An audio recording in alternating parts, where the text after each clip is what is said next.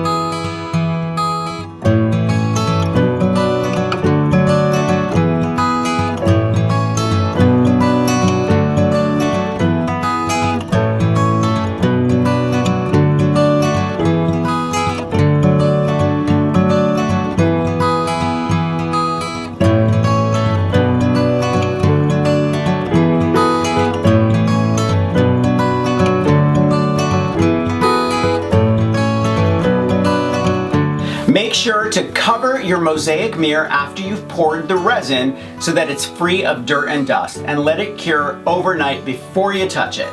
Thumbs up if you like this video, leave me a comment and I will get back to you. Subscribe to my channel if you haven't already. Grab a copy of the Big Ass Book of Crafts Volume 2 and I will see you next week. Bye.